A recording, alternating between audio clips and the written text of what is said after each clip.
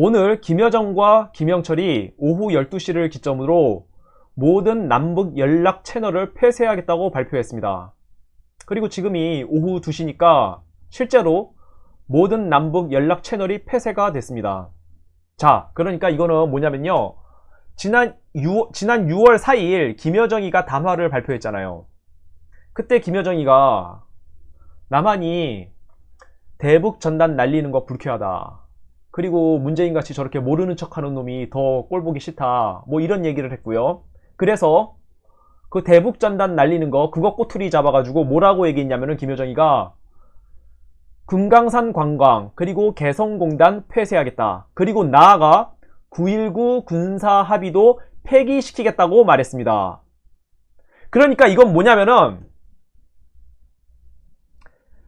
김정은이가 대남 도발을 하기 위한 명분 쌓기용 시나리오를 중심으로 이 모든 일들을 진행하고 있다는 것입니다. 자, 봅시다. 지난 5월 4일 철원 쪽에 있는 GP에서 북한이 총격 도발을 했죠. 총이 아니라 고사포 14.5mm 고사포를 쏘는 도발을 했습니다.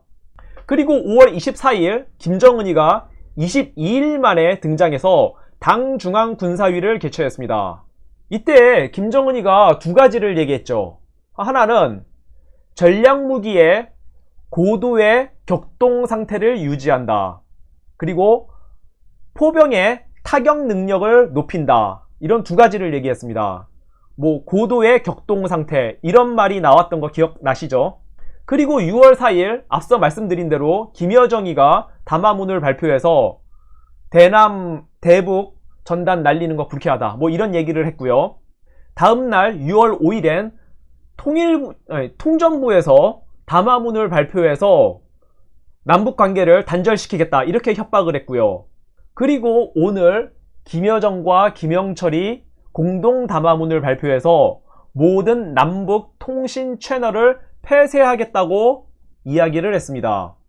그러니까 이 모든 것은 김정은이가 대남 도발을 일으키려고, 자, 대남 도발을 일으키려면은 어떤 것을 먼저 해야 됩니까? 김정은 입장에서는 9.19 남북 군사합의를 먼저 폐기시켜야죠.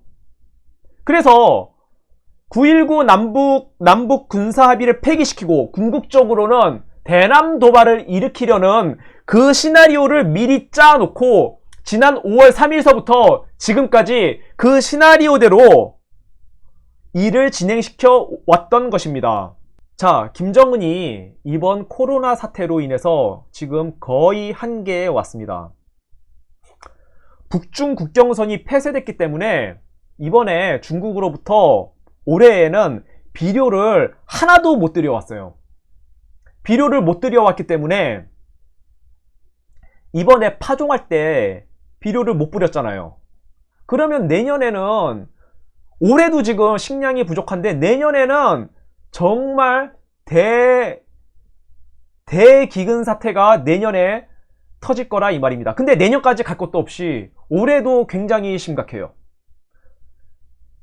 북한군이 장교들한테요, 올해 4월부터 장교들한테 식량 배급을 3분의 1로 줄였습니다. 하루에 먹어야 할 양이 뭐 3인분이 있으면 그걸 1인분으로 줄였어요. 그리고 지난 4월 29일 날 폼페이오가 그런 얘기를 했거든요. 북한의 기근이 굉장히 우려된다. 폼페이오가 그런 얘기를 했습니다. 또한 북한 전문가들이 계속 하는 얘기가 뭐냐면은 북한이 올해 말에서 내년 초에 김정은이 갖고 있는 모든 달러가 고갈된다고 말을 하고 있습니다. 김정은은 지금 돌파구가 필요한 시점입니다. 일단은 북한 인민들의 불만과 분노가 지금 거의 폭발 직전에 왔기 때문에 지금 가장 시급한 것은 일단 대남 도발을 일으켜서 북한 인민들의 불만을 우리 남한 쪽으로 돌려야 되죠. 그게 가장 시급한 문제고요. 두 번째는 김정은은 아마도 트럼프와 다시 정상회담을 하고 싶은 마음이 굴뚝 같을 것입니다. 대북 경제 제재를 풀기 위해서요. 자, 그렇다면은 트럼프를 다시 협상 테이블로 불러들이기 위해서는 어떤 도발을 일으켜야 되느냐. 물론 SLBM이나 ICBM을 쏘는 도발을 할 수도 있지만 그것보다는 트럼프를 직접적으로 자극하기보다는 대남 도발을 일으켜서 트럼프를 협상 테이블로 불러오려는 생각을 하고 있을 거예요. 그렇다면은 굉장히 큰 도발을 일으켜야 돼요. ICBM이나 SLBM에 맞먹는 대남 도발을 일으켜야 됩니다. 제가 볼 때는 GP에서 상당 규모의 포격 및 포위, 점령, GP를 포위하고 점령하는 도발을 일으키지 않을까 하는 예상을 해봅니다. 서해 5도보다는 저는 예전에는 계속 서해 5도 쪽에서 도발할 가능성이 크다 이렇게 생각을 했었고 또 그렇게 방송을 하기도 했었는데 지금은 생각이 조금 바뀌었어요. 서해 5도보다는 GP에서 도발을 일으킬 가능성이 더 크다라고 저는 생각을 하고 있습니다. 왜냐? 서해 5도보다 GP를 공격하는 것이 더 성공할 가능성이 크거든요. 지난 5월 3일 철원에서 GP 고사포 쏘는 그 도발을 했을 때 김정은이 다 봤을 거예요. 아, 한국군의 GP 중대장은 직접 본인이 판단을 해서 즉각 대응을 하는 것이 아니라 그렇게 못하고 이제는 대대장한테 보고하고 그래서 연대장한테 보고하고 그래 사단장 그 위에 군단장 그리고 제일 위에 합참까지 보고가 된 다음에야 30분이 넘어서 대응을 하는구나. 이것을 먼저 봤을 거고요. 그리고 무엇보다 가장 중요한 것은 북한군이 그때 GP에서 도발을 했을 때 과연 한국군의 지상작전사령부는 공격 헬기를 긴급 출동시킬 준비를 했었느냐 이겁니다. 만약 김정은이가 우리 한국군 GP에다가 먼저 방사포나 장사정포를 쏴서 포격으로 공격을 하고 그 다음에 북한 인민군 병력들을 보내서 한국군 GP를 포위하고 이 점령하는 이 작전을 구상을 하고 있다면은 김정은이가 그러면은 한국군에서는 후방부대에서 재빨리 지원군을 보내서 우리 GP를 구해내야죠. 근데 그 GP 안으로 전차나 장갑차가 들어가기는 좀 힘들거든요. 그렇다면은 반드시 지상작전사령부는 헬기, 공격 헬기, 아파치나 코브라 같은 공격 헬기를 보내서 지원을 해줘야 돼요. 그리고 기본적으로 그 GP 해당 부대의 연대 본부에서는 일반 보병들을 빨리 트럭에 태워서 그 GP 안으로 지원 부대를 또 보내야 되고요.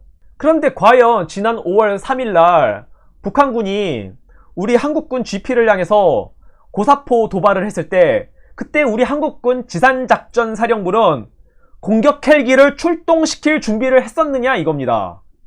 지금 9.19 군사합의 때문에 헬기를 전혀 띄우지 못하고 있잖아요. 뭐 헬기뿐만이 아니라 전투기도 못 띄우고 무인 정찰기도 못 띄우고 그 군사분계선 20km 안쪽에서 40km 안쪽에서는 그 어떤 비행체를 띄우지 못하게 돼 있지 않습니까? 자, 9.19 군사합의로 인해서 이 최전방에서는 헬기를 띄우지 못한다는 것이 아예 기본 상식처럼 되어 있으니까 이게 만성화가 돼가지고 북한군이 GP에서 무슨 도발을 하더라도 이 헬기를 그쪽으로 띄운다는 생각을 아예 안 하고 있는 거예요. 당시 우리 군이 그 5월 3일날 GP 도발을 북한이 했을 때 공격 헬기는 물론이고 그 해당 GP 부대 뭐 연대나 대대나 이런 그 대대 본부 연대 본부에서 지원 병력을 보낼 그런 움직임이 전혀 없었고 그냥 태평스럽게 있었다는 것을 김정은이가 다 확인을 했을 겁니다. 그리고 이게 좀 역설적인 게 있어요. 뭐가 역설적이냐면요. 자, 만약에 북한하고 아주 사이가 안 좋은 보수 정권이라면은 오히려 공격 헬기가 긴급 출동하는 이런 훈련 좀 덜 해도 괜찮아요. 오히려. 왜냐면은 자 생각을 해보세요. 만약에 박근혜 정권이라면은 김정은이 정말 과감하게 지상전 도발을 일으켰을 때 GP를 포격하고 포위하고 점령하는 이런 지상전 도발을 했을 때 이거 까딱 잘못하면 바로 전면전입니다. 만약에 박근혜 정권 같은 보수 정부라면은. 그러니까 김정은이가 겁이 나니까 함부로 GP를 뭐 포위하고 점령하는 이런 도발을 일으키지 못한단 말이에요. 그러니까 헬기가 긴급 출동 준비 태세를 갖추는 그런 훈련을 오히려 좀 덜 해도 괜찮다 이거예요. 그런데 이 문재인 정부처럼 김정은하고 어떻게든 친하려고 하는, 북한하고 자꾸 친하게 지내려고 하는 이런 정부에서는 오히려 김정은이가, 자, 문재인이는 북한이 어떤 도발을 하더라도 웬만해서는 그냥 눈 감아주고 넘어가려고 하는 그런 생각을 갖고 있는 정부 아닙니까? 그러니까 김정은이 이 지상전 도발을 일으키는 데 있어서 상대적으로 부담감이 훨씬 덜하다 이겁니다. 한국의 보수 정권이 집권할 때보다. 그러니까 정말 지상전 도발을 일으킬 가능성이 훨씬 커진 거예요. 따라서 오히려 북한하고 친해지려고 하는 정부 하에서는 대한민국 국군은 임전태세에 만전을 기해야 되고요. 모든 훈련에 있어서 더 빡세게 실전적인 훈련을 해야 되는 거예요. 오히려 역설적으로. 마지막으로 김정은이 왜 자꾸 김여정을 앞세워서 남북 대결 구도로 간데 김여정을 앞세워서 이런 일들을 진행하고 있느냐, 이 부분에 대해서요, 뭐 여러 의견이 있죠. 일단은 뭐 이런 의견이 있어요. 김정은이는 굿캅 역할을 맡고 대신 김여정에게 배드캅 역할을 맡겨서 뭐 일을 진행시키려고 하는 것이다, 이런 의견이 있고요. 또 어떤 분은 이렇게 생각을 하세요. 자, 김정은이가 만약에 일을 벌렸다가 이거를 다시 뒤집기는 힘들잖아요. 그런데 김여정이를 앞세우면은 거의 뭐 전쟁이 일어날 것처럼 일을 크게 벌렸다가 당장에 손바닥 뒤집기가 편하지 않습니까? 김여정을 앞세우면은. 이렇게 생각하시는 분도 있더라고요. 상당히 그럴듯한 의견이라고 저도 생각을 합니다. 근데 저는 개인적으로 이렇게 생각을 해요. 김정은이가 왜 자꾸 김여정을 앞세워서 남북 대결 구도를 몰고 가는 것이냐? 저는 김정은이가 두 가지 포석을 놓고 이렇게 하는 거라고 생각합니다. 무슨 두 가지 포석이냐면은, 먼저 김정은이가 굉장히 건강이 안 좋기 때문에.